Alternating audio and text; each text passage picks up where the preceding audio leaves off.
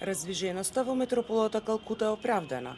Ова е местото каде што една ситна жена на возраст од 19 години во 1929 година пристигна од незиното родно место Скопје. Со својата неуморна работа меѓу најсиромашните од сиромашните, смртта и бедните, лепрузните и децата без родители, мајка Тереза се здоби со прикарот светица на отварлените. Според сестра Никол, луѓето се учени. Тие се гладни и за храна и за љубов. Таа видела луѓе кои умирале пред неа на улица. Тие јаделе отпадоци или спиеле покрај кантите или од водните канали. Стотици илјади верници се очекува да присуствуваат на канонизацијата која ќе ја води папата Францис во базиликата Свети Петар. Не можеме да направиме многу, но барем за момент им е поудобно да бидат сити и среќни.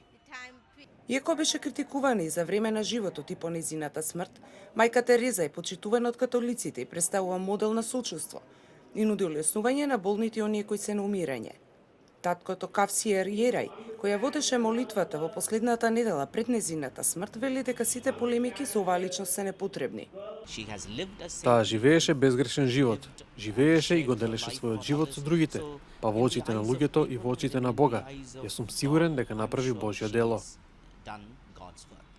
Таа ја започна работата со мисионерството во 1950 година со само 12 калуѓерки. Сега, позади незиното дело, редот е составен од 4500 калуѓерки во 133 земји, а незините сестри облечени во нивното посебно сари со сини линии се најбројни во градот кој ја посвои мајка Тереза и кој е дом на 15 милиони луѓе. Добитникот на Нобеловата награда за мир мајка Тереза се смета за една од највлијателните жени во 2000 годишната историја на црквата. Мајка Тереза е родена како Гонче Бојаджио Аргнесе, од албански родители во 1910 година во делот кој никогаш припаѓаше на Отоманската империја, денешна Македонија. Се замонаши на 16 години и во 1929 година се пресели во Индија, а својата мисија започна во 1950 година.